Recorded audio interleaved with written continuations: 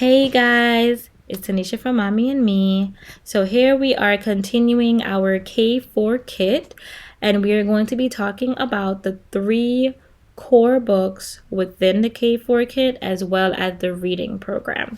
So we're going to just jump straight into it. You can call this part 2. So first book here is our Writing with Phonics K4. They focus a lot on writing in Abeka. Like, it's a really big thing. So you have your Writing with Phonics K4, and then I'll also be showing you the writing tablet. What I love is that you see the progression as the child goes throughout the book. So here you see we have D for doll. So there's a picture here of a doll, and then you have the D's to trace at the end. And then on the back side, you have different pictures here. And you can trace, you can color. The pictures are really bold, and the thicker outlines are pretty much for the child to practice staying in the line while coloring. Then as you move along, we go to, let's say, lesson 114. Here we're learning the letter T. Same thing, you're pretty much practicing the T. You have different things to do with the pictures. And then if we move along a little further, let's go to lesson 144, sorry, it was page 77. Here you see that we are now writing blends and short vowel words. So you have the blend J, and then you have the word jug that you will trace and write, and then you have the kitten lapping the milk. And then on the back side, we're practicing the letter J. And if we skip all the way, let's say to lesson, let's see how far we'll go. Cool.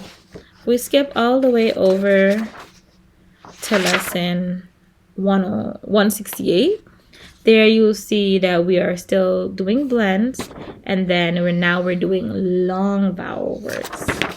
In this book, they did have extra practice, and the extra practice is pretty much just practicing letters and practicing writing short vowel words as well as long vowel words. And that was pretty much the gist of the Writing with Phonics K4. Then the other book that we have is the Cursive ABC Writing Tablet. So with this book, there was more detail and more focus in writing. So within the first, I would say at least the first 100 lessons, you were pretty much teaching the child letter by letter how to write in cursive. So each page had one single letter, starting with the vowels. And then as you moved along, like for example, lesson 9, you were learning how to write the common I. As you turned the page, you were writing to learn the common U. And you would have multiple lessons practicing these things. They did the vowels first, and then they started doing the consonants, because within the consonants, as they started to move along, they started to teach blends. So for lesson 53, for example, we're learning the letter C, but because we already know how to write the letter U, now we're writing the blend as well, C, U.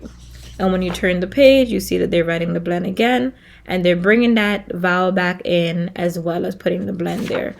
What I really love with Abeka, everything adds on so smoothly, and they also match the lessons across all of the material.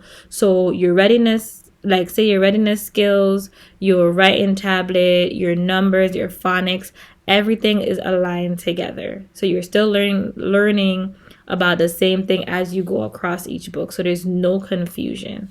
As we continue to move along, here at lesson 95, you can see now we're doing the single, Lord, losing my train of thought. But you're doing the single letter, then you're doing the blend, then you're doing the short vowel word. So here we have F, then we have the blend, F-I, then we have the word fit, F-I-T. So the child can literally see how they're putting everything together. And all of this still helps with reading. By lesson 156, we are teaching that child how to trace and write their name. And that would pretty much continue until the book ends. So that is the Cursive ABC Writing Tablet. And then the last core book is the ABC 123. So this pretty much covers phonics and numbers. The sequence is like pretty much the same. You would have here in lesson 26, you're learning the number 1. So you're going to trace the number 1s, color the 1 frog, and then go ahead and write the number for yourself. And you'll have a couple of lessons where you're just practicing number 1. As far as the phonics go, here in lesson 29, you are learning the vowels and you're circling what pictures are pretty much have that vowel in it.